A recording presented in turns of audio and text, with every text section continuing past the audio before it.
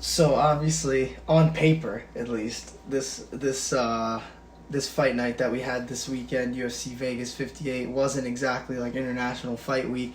And I guess like in terms of like the actual card itself, it was all right. It was pretty good. It wasn't too bad. I can't like fully complain or anything, but the main event I really enjoyed. I don't know about you. I mean, it was getting late. Like this is one of those late cards for us, but I honestly didn't really have that hard of a time staying up for this one, just because like it was just really exciting throughout the whole thing. Mm-hmm. I mean, I guess the first thing I'll ask you, because this is like I feel like a fight you could really like dissect.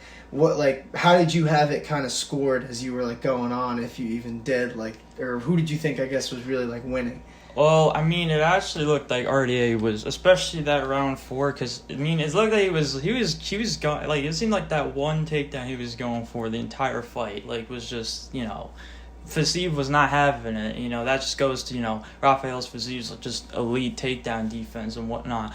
But he finally got in that 4th round, and then it looked like, all right, like RDA, like we actually have a fight here. In which case, like, never wanted to go into the hands of the judges. But if that's gonna be the case, this should be a really close fight.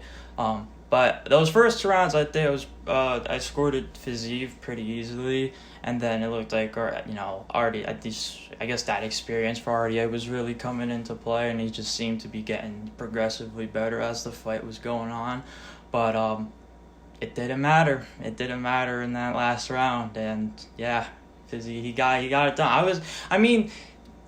We're obviously going to talk about this one. It's probably the biggest thing of this entire fight, the early stoppage and whatnot, in which I completely agree with you as well. Like that seemed like a very like suspect stoppage and whatnot. Like especially for someone like RDA, like all the wars that he's been in. Like you think that like I've seen worse, but like for like you just said, like because it's RDA.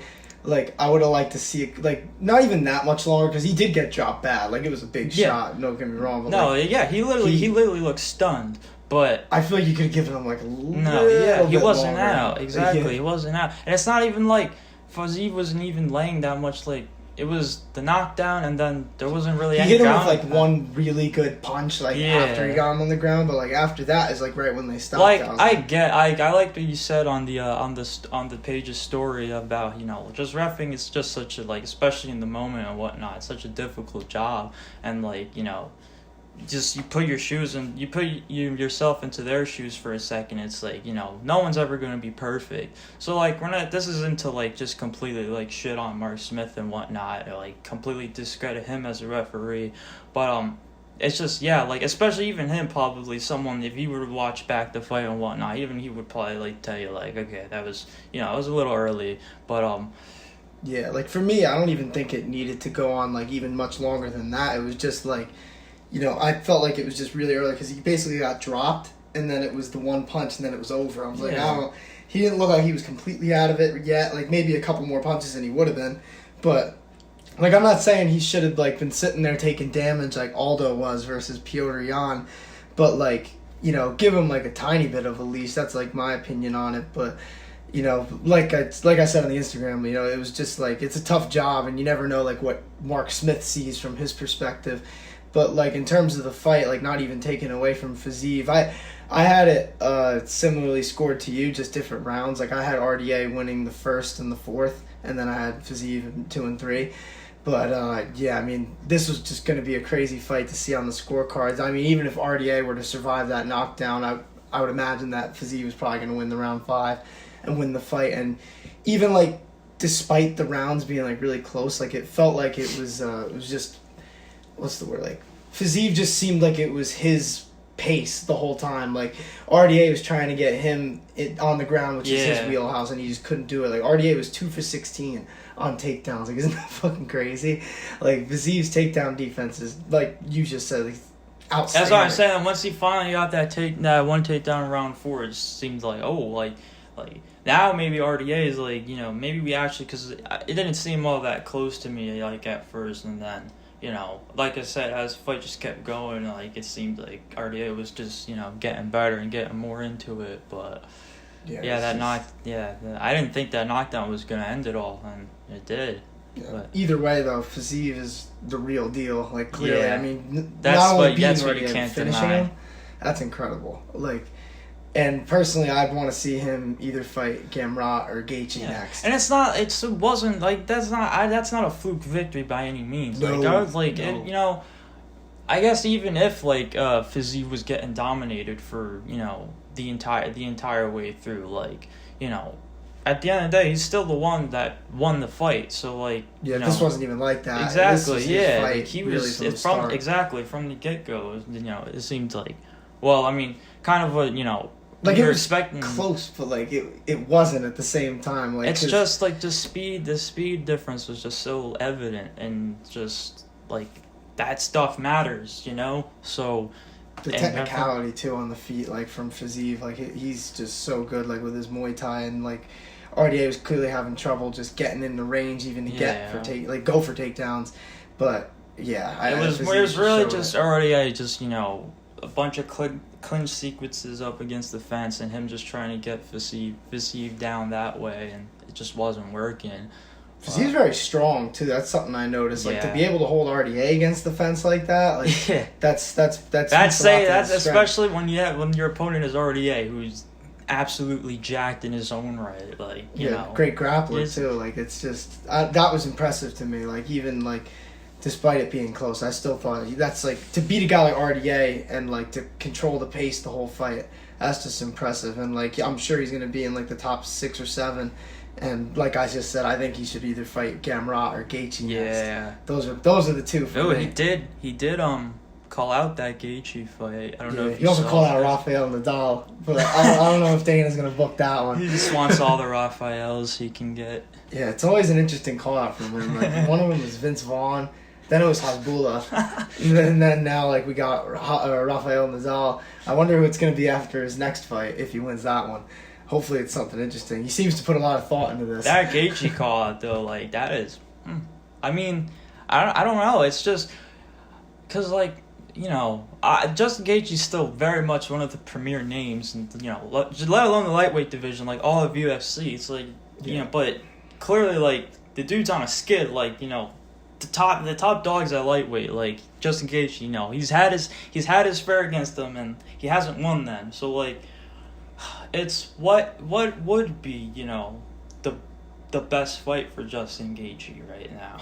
Well, the good thing about Gaethje, and like I don't know if he's gonna hold true to this, but like he did say it like in an interview on Twitter, one of the two.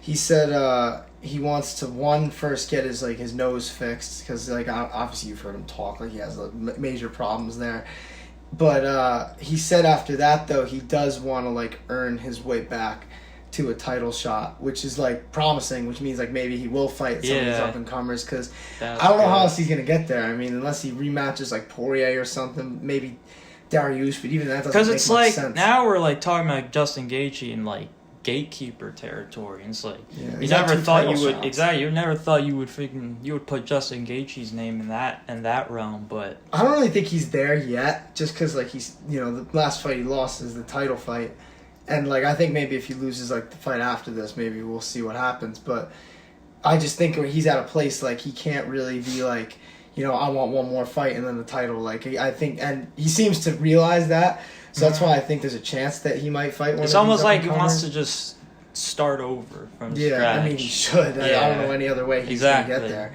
That's how it should be, yeah. Like, I would say I want to see Fiziev versus Gaethje, but I don't know, like, if timeline-wise that's going to end up working. Because if Gaethje wants to get his nose fixed first, like, I don't know how long the layoff is going to be after a surgery for that. So that's why I put, like, Gamrot on my list, too.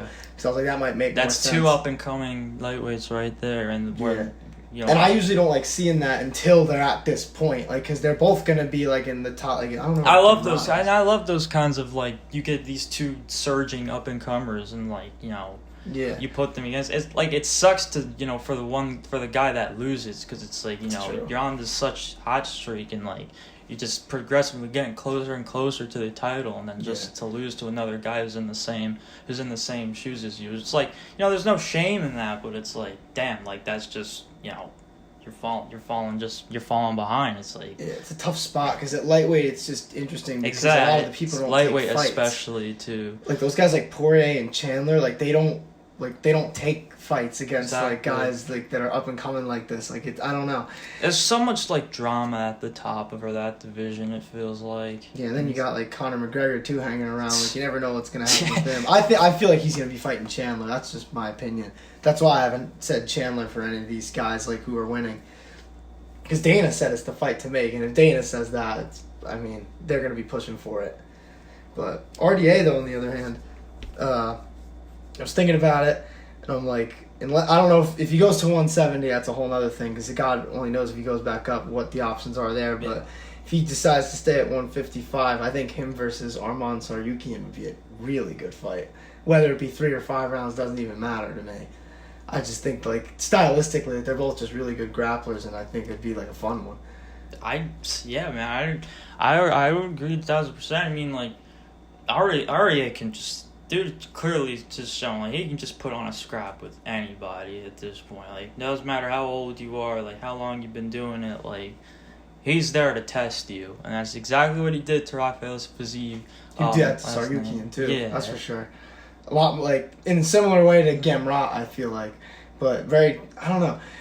It's a different fight. It's just why, like, that Tsarukyan and Gamrot fight, like, between them, I just feel like was so much more, like, you know, important and, like, bigger than it actually, like, got credit for. Because it's like, now we really have, like, this really nice, like, scope on the both of them to where we can, like, you know, make up these, you know, scenarios in our head, like who they should fight next and like what would be a good fight for other lightweights and stuff. Yeah. You know, because they're fighting tough fighters. Now you have like an accurate depiction of like what's going on. We have a whole 5 rounds for the both of them in one fight now. So like, yeah. Fiziev versus Gamrot, that'd be a crazy fight. So, I'd love to see it. Him or Gaethje, honestly, I'm down. I don't think there would be a lull with either of those fights. There wouldn't be a lull for like a second. Like it's just, I feel like it's just one strike after another, and I love those kinds of fights. So. I love the lightweight division right now. There's so much new blood that's coming up, and like this fight was just a war while it lasted. And there were a couple wars on this card. The fight of the night, which, dude, like, at first I was getting scared because Jamie Mullarkey was my lock of the night, and he got dropped early by Michael Johnson. I'm like, oh my god, I must have screwed this one up. But then Mullarkey drops him in the same round. And it did get a little dicey. But that thing, the thing about it was, I don't think Michael Johnson's That's fucking. Hey, here's in the UFC too. That's good for us. The word I'm actually looking for here is S starts with a JA. So, but Michael Johnson, I think he was looking for that jab the entire fight, and I don't think he got it working until that 3rd round, in which I actually gave him that 3rd round that he won. But I don't think it mattered because Jamie Mullarkey already won first round, which case was a split decision victory. But I thought the first round for me was the toss up. Like people were saying robbery. I don't agree with that. How do you say robbery for a fight like that? You know, like that first round they both pretty much were even. Like they dropped each other bad, and like I don't know. I wasn't mad at the decision. I mean, maybe it's because I picked Mullarkey, so I wanted him to win. But like I don't know. I could see why people would think that Johnson won the fight. Like if you want to say that his knockdown was like better per se, but you can't be mad at it either way. No, we really can't. Yeah, it was 1-1 because Mullarkey clearly won round 2.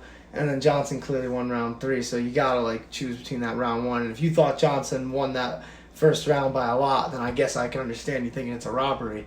But I don't know. I didn't. That's just me. Like I didn't see the jab. I didn't see Michael Johnson's jab like really working for him until that last round. Yeah, he's got mad power in those hands though. Like, because Mullarkey, what he was doing a lot of the fight, and like was really like his biggest mistake.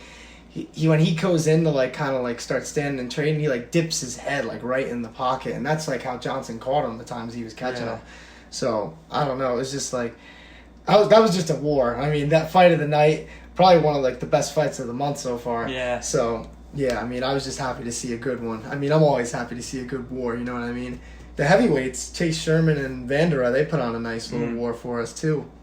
I mean, while it lasted, that like flurry that Chase Sherman hit Vanderaa with to finish that fight was fucking crazy. I'm impressed with Chase Sherman, man. Like he's someone I liked and was backing a little bit coming into that fight too. Where I mean, it seemed like Vanderaa, like it was a pretty good fight for Jared Vanderaa, like all things considered. But I felt like Chase Sherman wasn't really being given like, you know, I guess, like, I don't want to say, like, respect makes it seem like that, but, like... I mean, I'll admit, I didn't think he was going to win this fight. I thought he was going to get knocked out because I thought his chin was a little sus. That's fair, yeah. Yeah, but no, that's it for me. Like, as long as he could have avoided getting, you know, that one shot, as long as he could have avoided that one shot, I thought he was in good shape. And Vanderaa seemed like he was more focused on, like, the volume. That was, like, something that seemed to help chase out a lot. Which is odd, I'd say. Yeah, especially at heavyweight. Like, those guys are gassing out quick, and, like, I don't know, I wouldn't be going for volume if it was me. But, you know, that was dog performance from Chase Sherman. Yeah, very true. Very true. I mean, I like him. He's been around for a little bit. He's still pretty young, though, like, for a veteran. So, like, we'll see where he goes from there. Same thing with Vanderaa. I mean, heavyweights, who the hell knows? You know what I mean? So many people in that division who are, like, they're just good, powerful strikers. I think either of them could put on fun fights in the future. Yeah. But one thing I kind of really wanted to cover for this card, and it kind of, like, encompasses two of the fights and, like, leads to, I guess, like, a bigger conversation. But Tresean Gore and Ricky Tercios both lost on this card. Tresean Gore much worse. Like, well, I mean, maybe not. They both, you know, they both look. They were bad in their own ways. That's for sure. Like, Tresean Gore, he got put to sleep by just like a nasty counter, and then brutal hammer fists on the ground. And Ricky Tercios, he was swinging at air most of the time versus Ayman Sahabi, Ariel Helwani's lookalike. I don't know if you saw it. Did you see that, dude? Ariel's tweets during that, oh my god, it's so funny. Dude, I gotta read one of them now. It's gonna bug me. The one that I posted on the story had me dying. Oh my god. Because he posted one between like round 2 and 3. But the round 3 one had me dying because he was like... feeling good out there, flowing. Round 3, here we come. Like, he's such a clown. I love it. But anyway, Ayman Sahabi, though, he looked really good against Ricky Tercios because Ricky was just swinging wild and the whole fight was like chaotic for him. And he was like, at one point, he was like 20 for 158. That on top, like at first I thought it was just, you know, he was just trying to, a bunch of feints that he was trying to give Sahabi and just trying to set up something that way, but nothing was being set up. You know? At the end of the day, it's discipline. Like, Tercios was trying to put on a show and finish him, and Sahabi stuck to the game plan, picked him apart from the outside. Yeah, that's the vibe I was getting as I was watching the fight. Like, it was kind of got to, because, you know, me personally, Ricky Tercios was my lock of the night.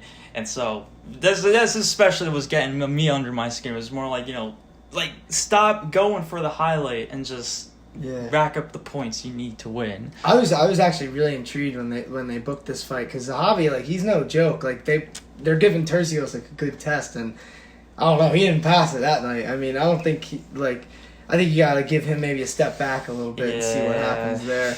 Same thing with Tresean Gore, honestly, because Cody Brundage... I don't know, maybe, like, not as much of a technical fighter, I guess you give to Tercios next. Yeah, maybe, like, another guy who's going to have, like, good old scrap with him, you know what I'm saying?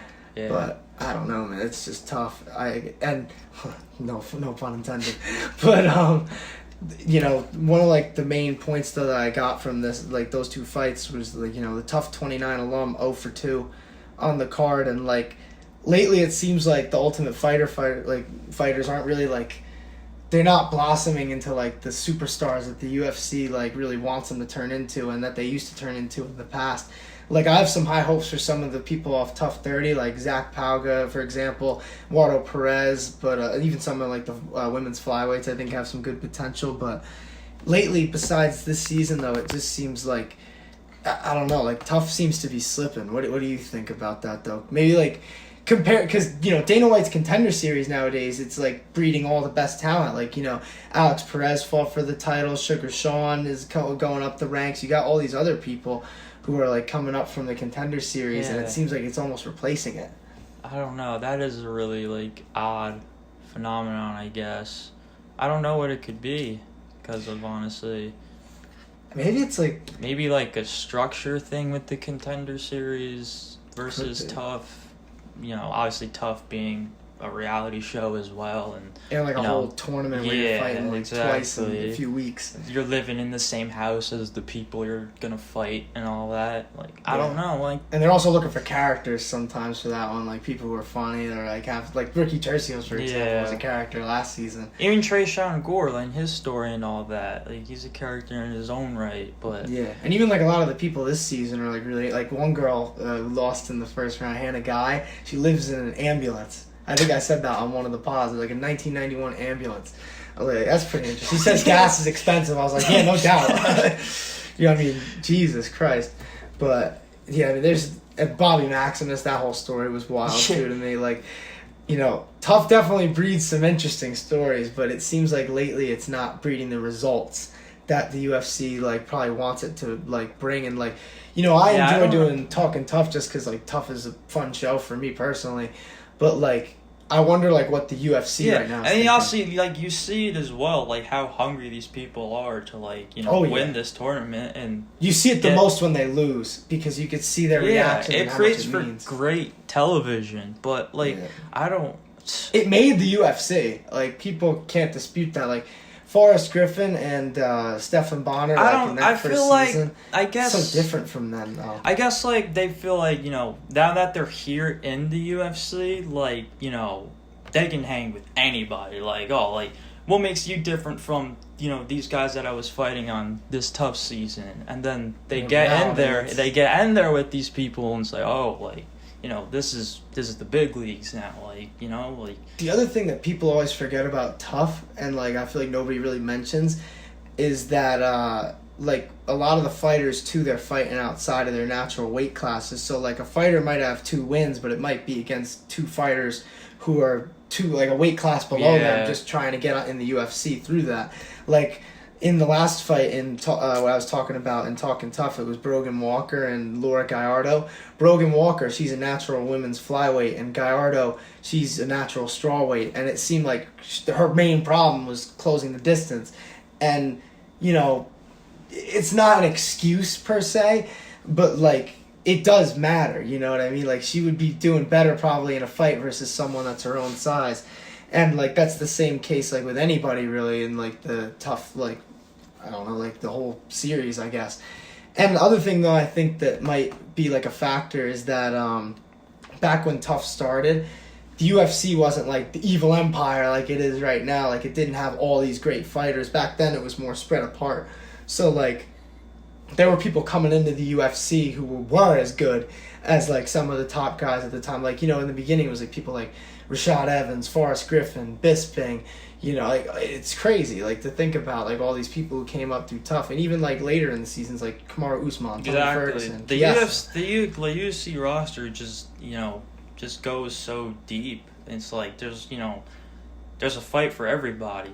Yeah. So... And, like, when now you got, like, regional level people coming in sometimes they're not as ready as you think they are based on what their performances looked like in the house and in the finale.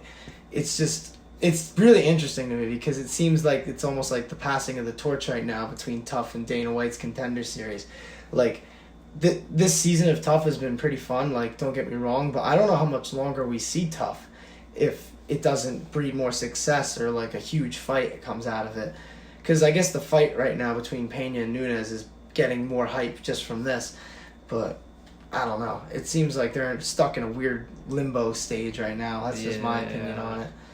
But, anyway, I guess a good transition because I was just talking about Dana White's Contender series and, like, that'll wrap up the card. But something I saw that was pretty crazy to me is, you know, we talked about this on the pod. Bo Nickal won his pro MMA debut, 1-0. And speaking of people who are not gathering much experience before getting a UFC shot, he is fighting in Dana White's Contender series in less than a month. And he is, like I said, 1-0 as a professional. But obviously, you know, he's got the craziest wrestling credentials of anybody, like, who's in the promotion. But isn't that crazy? Like, Jesus Christ, Dana saw that knockout and he was like, I want it. And I feel like it's just, you know, because we were talking about it too when we were initially talking about Bo Nickal, like, you know, all the outside people, like, you know, why, you know, all like questioning the hype and whatnot of this guy. I didn't feel like now like he wins one professional fight and now he's immediately like, you know, on the show and like with a chance at the UFC and whatnot. It's like, let's at least like give him a shot. Yeah, give him. What's wrong with giving a guy a shot? Yeah, exactly. Like this isn't some like random 1-0. You don't just pick fighter, a name like, out of a hat and just say, yeah, that guy, he's gonna be be on the show. Like no, Bo Nickal and like other 1-0 fighters, like that's a different level. Yeah, just seriously. because of the wrestling. And like Bo Nickal seems to have like good presence. Like people on the have feet, backgrounds, people have resumes like that put them in the spots that they are. Exactly. So I can't wait. Like that really hypes me up. I'm very excited. When we talked about that on like the pod that we talked about it on, like I honestly like, you know, I figured it'd be like a couple years before we got to see Bo Nickal in the UFC. He's here. Turns out we didn't have to wait that long, right? Like Jesus, that he wins, he's probably in. Like, oh my god, like that, I just can't wait. I mean, I don't know if they're gonna slow build him if he gets into the UFC. I hope they give him like a generous matchup because I want to see him in the UFC, no doubt. He's got the wrestling accolades probably to do well early against most guys. I think he's fighting at 185, so it should be interesting, especially considering we have a striker as the champion right now at 185, and the guy who's going to be fighting him next is a striker. So, but yeah, I felt the need to talk about that at least a little bit just because, yeah, Bo Nickal, dude, like he might be in the UFC like within a month, but. Speaking of basically the opposite of this is people who were formerly in the UFC. Antonio Bigfoot Silva, you know, Strikeforce legend, UFC legend. He's fought the best of the best. I mean, if any of you guys haven't seen his war with Mark Hunt on a UFC fight night, gotta go watch that. But very different times in those days. He has now lost his 10th straight combat sports fight because he's had some kickboxing, MMA, boxing, so... It varies, but it's still all striking. Damn. And his last 6, he's been knocked out or TKO'd. And, like, I don't even, like, know what to say at this point. Like, I mainly wanted to talk about this because it's more like commissions, man. Like, they need to fucking step in and save these dudes. Like, I'm sure he's fighting for money at this point, which is, like, horrible enough. But at a certain point, like, you gotta stop somebody from literally, like, destroying their own brain. Like... His last 6 fights, he's been knocked out. Yeah, like that's unbelievable. I don't think I've ever seen something like that. Like losing 10 straight is, you know, bad in its own right. When six of those are by knockout, like there's a problem. And not just like 6 in general. His last 6, like I don't even know, like consecutively, like yeah, like literally before like. Out of his crazy. last 10 losses, only one of them was by decision. Not the entire losing streak, but this last 6 fights that he's obviously been knocked out in. What does that like span from? Like when did that start? Well, 2017, June 2nd, 2017 was the first of the 6. But like I said, he's lost 10 straight, and 9 of them are by knockout, and that spans from 2015, which is 7 years ago at this point. Like his last win was UFC 190. It doesn't make sense because it's not like, you know, the older you get, you're not, you know, you only get so many guys that age like a fine wine and get better with age. Like, you know, the older, like we talk about all the time, like that this is an unfair like sport. Like, you know, you're not gonna go out the way like, you know, you probably like deserve to and whatnot most of the time. Like, and you're literally seeing that right now. Yeah. Except the thing is, it keeps happening. I'm just reading his resume. Like, this is crazy. Like, this is from May of 2013, and it starts with Cain Velasquez. So like, so keep that in mind. Like, some of these first few losses are like the top level talent, but knockout loss, knockout loss, knockout loss, knockout win. Knockout loss, knockout loss, knockout loss, decision loss, knockout loss, knockout loss, knockout loss, knockout loss. That's terrible. Knockout loss and knockout loss. Like that. That's horrible. That was redundant to say over and over again. Like what? Like wow. You could say that like, you know, Bigfoot Silva needs to retire and like take it into his own hands, but like, when does the commission have to take responsibility for somebody doing this shit to themselves? Like how is this? I get it makes money probably. It's for almost the state, like but they need to not give this guy a license. It's like borderline insanity, you know. At this point, it's like you going in there just to not only lose but get knocked out. Like that just sucks. For like a measly paycheck, most likely too. Yeah, it's just disgusting. I mean, like, and it's like, are these even, are these like, wars that he's getting? No. And No. they're just like he's being made, like, it's just quick work being made of him. Pretty much. I mean, let's see. See, like, what, like Round two. Yeah, a lot of them are like early. that doesn't seem right. Yeah, someone should step in, and I don't know, because that's like That's a tough one. I mean, I don't even know, because like obviously it's insane. It's like literally insane, which is like crazy, but It is what it is. I mean, yeah. like, you see that sometimes in MMA, and it's a sad ass sight. That's for sure. Yeah, there's not even much more to say about that one. It's just like, and even this past KO, it was in boxing, 2 weeks after he was knocked out in MMA. 2 weeks. Would you say that these are at least for the most part, are these fights that he should be winning? Or he's just biting off more than he can chew? He's in his 40s at this point. I think it's just he's biting. Like, he was great in his day. So, in his day, he should have been winning these fights. Yeah. But right now, like, I can't expect much from a 40-something-year-old man with no chin. Yeah. It's just horrible. At this, like, opponents are licking their chops waiting for a fight against him. Disgusting. It's just disgusting. I don't know. I felt like it had to be mentioned. Like, when I saw it, I was like, no, what? it definitely did. That is, like, And that's just nuts. the fact that this past knockout, like I said, was 2 weeks after the other knockout right before it. Like, first of all, how is he even getting a license in the first place? But then, like, how is he getting a license 2 weeks after getting knocked out? Like, that's crazy. Like, oh, God. I don't even... Yeah. I got nothing else to say about that. I just had to, like, mention it because really it's fucking crazy. Yeah, that's really strange. Yeah, I mean... We'll get to more positive shit. I guess we'll talk a little bit about next week and that main event and the co-main event, because that one's not that bad either. This is a really fun card, honestly, out of Long Island. But where it's I was reading something. I didn't know that the location was announced yet. It said that it was, I guess it was still early on in the week or whatever, but Long Island, cool. Yeah, no, It's a good one. It's a good one. And it's a good card. It's on ABC, too. It's early. Like, the main card starts at, like, 2 p.m. Eastern time. So, like, yeah, this is an early one. But, hey, it's on, real ABC television, man. That's the best. Nice. But, in the main event, we got Brian Ortega versus Yair Rodriguez. And the odds for that fight are close as hell. Brian Ortega is minus 165 favorite. Yair is plus 140 underdog. And, I mean, I know how you usually are with things like this. You usually like to go with the underdog when it's closer. But I was watching fights for this main event, man. I think Ortega's got it. Like, I think he has just way more ways to win. And I agree 100% on that. But I do feel like Yair can touch him up enough. That's very true. Leg kicks or something I feel like he'll have a lot of success with personally. And just, he could probably... Because Ortega tends to start a little slow, so I feel like Yair can have some success in the early rounds, but like... You said Ortega's the favorite, right? Let me make sure. Yeah, he is. Okay. Because I don't think this is a pick'em fight. Like, Yair Rodriguez should be the underdog. Yeah, he's not by much, but he is. Like, I don't know. For me, it's like... even when I was watching Yair's fights, I was watching, like, the Holloway fight. I was watching the Korean Zombie fight. He gets hit with, like, a lot of jabs, and he's, like... He doesn't tend to do well over time with, like, these really good boxers, and Ortega's striking has gotten so much better. Yeah. And, like...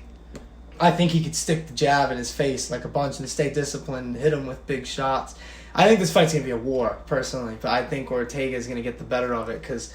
He's just so good all around. Like, I think he'll probably be able to get Yair down a couple times and hold him there. Maybe even submit him, honestly, because that's obviously how good Brian is. The thing about Brian Ortega, too, he's very, like, one for one. Like, gives one and takes one. Yeah. Which is why I feel like, Yair, like, I don't think that's someone, like, Yair Rodriguez, I don't think that's someone you want to, do that with. Which is, like, maybe, like, with this improved striking, like, maybe, it's more, like, dominance on Brian Ortega's part rather than, inviting a shot for Yair to land. But even then, I do, like, yeah, man.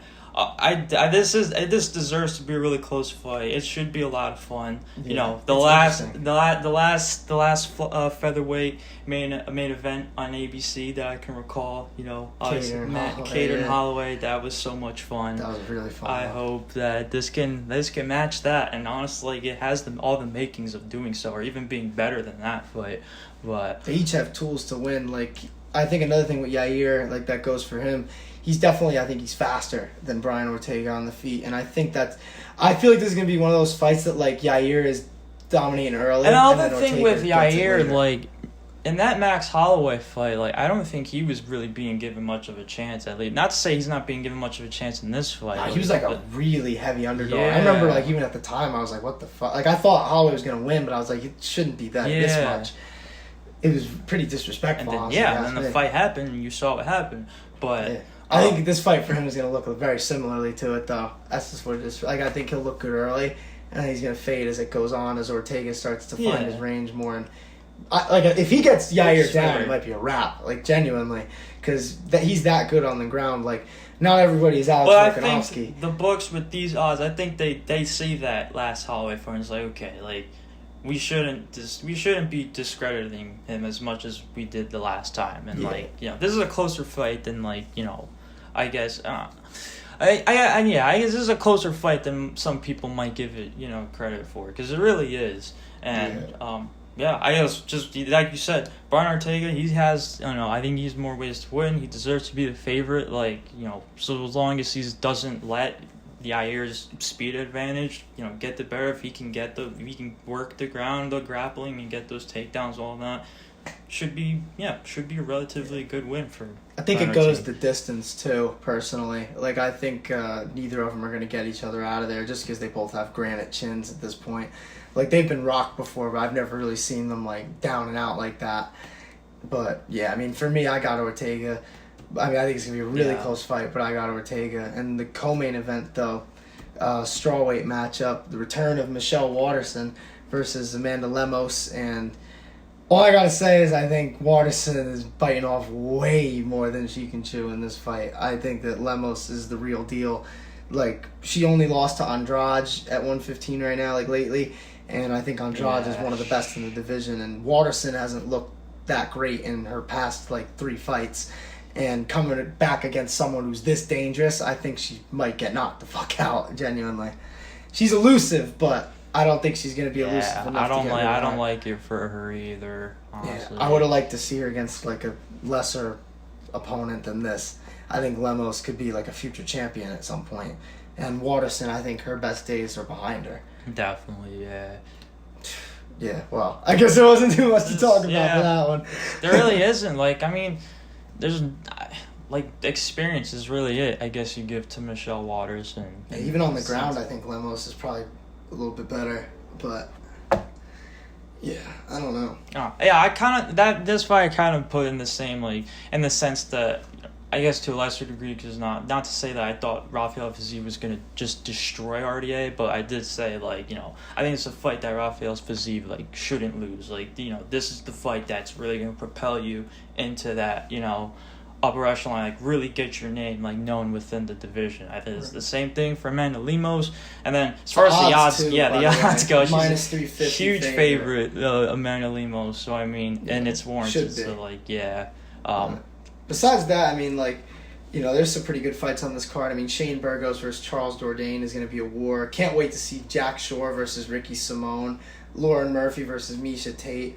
I think that's going to be a really good one. Surprised that Lauren Murphy is the underdog in that one, honestly. But that fight was the fight was supposed to be on the pay-per-view. That's cool. I think it's a good place on this fight night. I think it's going to be a fun one, especially since it's on ABC.